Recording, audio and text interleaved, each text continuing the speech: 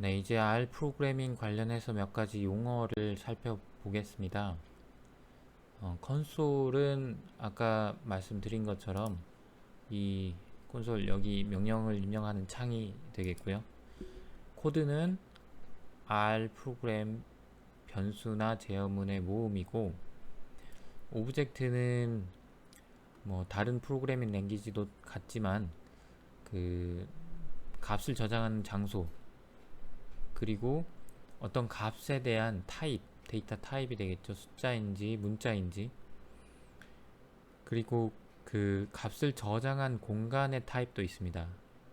그 공간의 타입이 떤 일렬로 돼 있은 쓰면 벡터 이런 식으로 쭉 들어가 있는 거죠. 일렬로. 그리고 통계에서 범주형 데이터가 저장되는 장소를 팩터라고 하고, 데이터 프레임이나 매트릭스 같은 경우에는 어, 2차원 엑셀 파일에 2차원 데이터가 저장되는 그런 형태, 그 오브젝트의 타입 그리고 데이터의 타입 여러분이 기억해 두시면 좋고, 그리고 조건이나 제어를 나타내는 연산자들, 그 if문과 같이 쓰여서 만약 같으면 어떤 걸 수행해라, 아니면 크면 어떤 걸 수행해라, 뭐 이런 조건을 나타내는 연산자들이 있고요. 그 for나 while 같은 경우에는 그 반복, 어떤 프로그래밍 코드를 반복하는데 사용을 합니다. 그리고 대부분의 그 프로그램의 어떤 그 기능은 이 펑션이라는 함수라는 단위로 수행이 되는데, 이 부분은 일단 뒤에서 조금 더 설명을 드리기로 하겠습니다. 그 RStudi오를 시작을 하고 항상 새로운 작업 디렉토리를 설정을 해주시는 게 좋습니다. 그리고 이제 그 작업을 계속 할 때는 동일한 작업 디렉토리에서 작업을 하시면 좋고, 예를 들어서 rstat01이라는 디렉토리를 만들고 이곳을 작업 공간으로 설정을 하는 코드는 getwd를 해서 현재 디렉토리를 보고, 아마 디렉토리가 다른 데 있을 텐데 이 setwd라는 명령어로 rstat01이라는 위치로 지금 워킹 디렉토리를 옮겨준 후에 다시 확인을 하는 방법이고, 이게 그 RStudi오의 이 메뉴를 가지고 제어를 할 수도 있습니다. 간단히 보시면 지금 getwd는 현재 디렉토리를 나타내고요. 네, 이 현재 디렉토리에서 그 다른 디렉토리로 옮길 때 setwd라는 것을 사용을 하면 됩니다. 이게 윈도우에서는 이 백슬래시라고 하는데, 백슬래시를 하나만 쓰시던지 아니면 그 슬래시를 두 개를 써야 왜냐면 이 슬래시 같은 경우에는 백슬래시죠. 백슬래시 같은 경우에는 이제 이스케이프 문자로 해서 뒤에 어떤 특수 문자가 왔을 때 그 문자들을 사용할 수 있게 해주는 어떤 특별한 기능을 가진 문자라 그냥 이렇게 사용하신다라고 외워 놓으셔도 좋고요. 이렇게 바꾼 다음에 getwd를 하면 현재 그 바뀐 디렉토리가 이렇게 나옵니다. 그래서 여러분이 그 어떤 작업을 하실 때 항상 이렇게 워킹 디렉토리를 설정을 해 주셔야 되고, 세션에 가면은 있죠.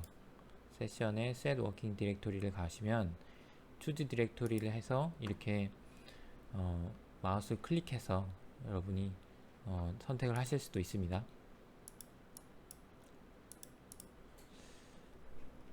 네, 이제 그 간단하게 그 연습을 해보면 콘솔에 다이렉트하게 이런 숫자 연산들, 그러니까 계산기처럼 그 숫자들을 연산을 할 수가 있고요. 간단하게 보면 뭐 2 더하기 2, 그 다음에 2에 4승 이런 식으로 계산기처럼 활용할 수가 있고, 그리고 콘솔 창에서 화살표 위 화살표를 누르면 방금 내가 실행했던 명령어가 나옵니다. 여러 번 누르면 전에 실행했던 게 쭉 나오게 되죠. 아래로 누르면 다시 최근 거로 돌아가게 됩니다. 네, 그리고 이제 변수 개념을 설명을 드릴 텐데, 변수는 프로그래밍 언어에서 모두 대부분 다 공통적으로 쓰이는 어떤 개념이죠.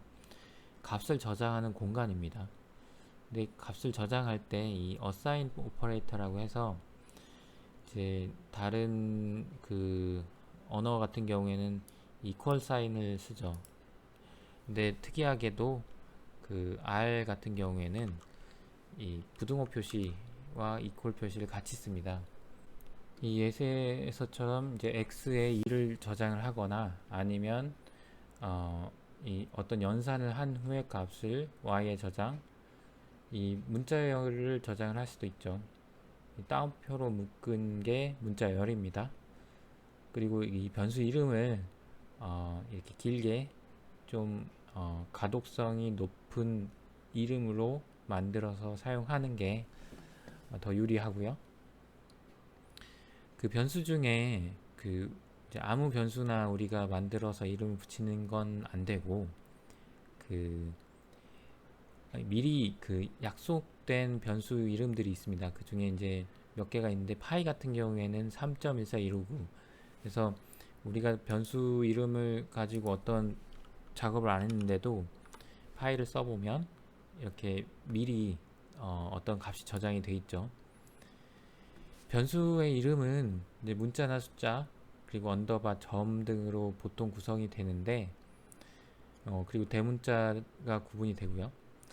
근데 이 가독성이 있어야 좋아요.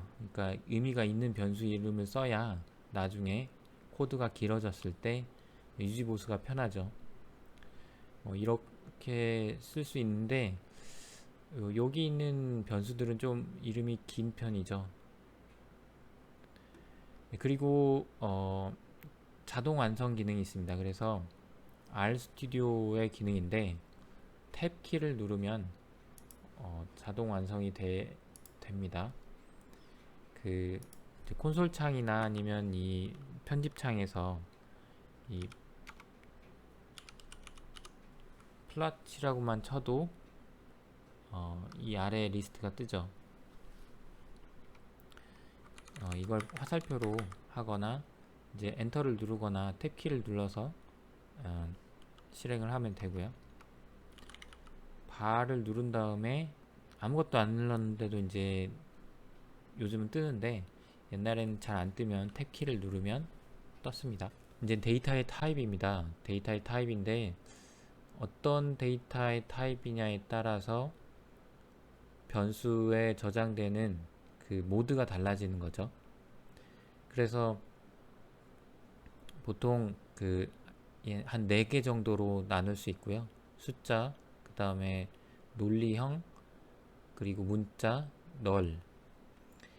그리고 이런 그 데이터의 타입이 가장 기본적으로 저장되는 변수의 타입은 벡터입니다.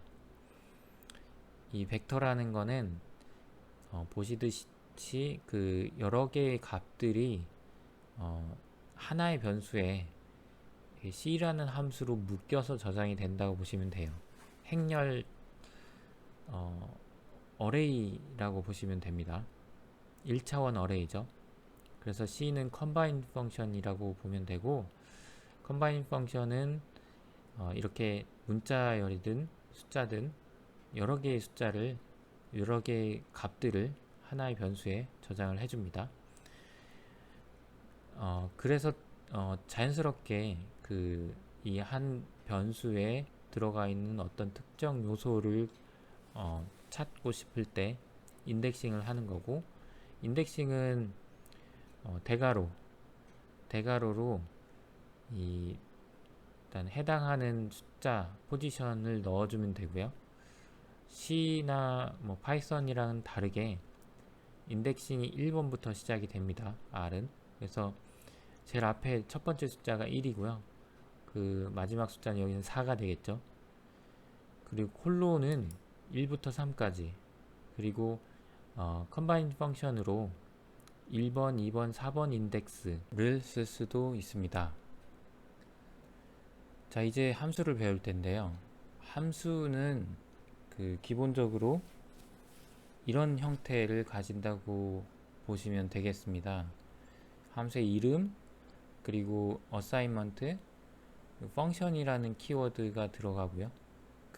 그리고 가로 안에 이제 파라미터라고 하는 게 이제 놓이게 되고, 그리고 중괄호 안에서 이 펑션이 원하는 기능을 수행을 하고, 그리고 마지막으로 이 펑션이 종료가 될 때 그 수행한 최종 결과를 반환을 해주는, 이 가로 안 리턴 안에 y를 넣어주는, 그러니까 반환 값을 써주는 거죠.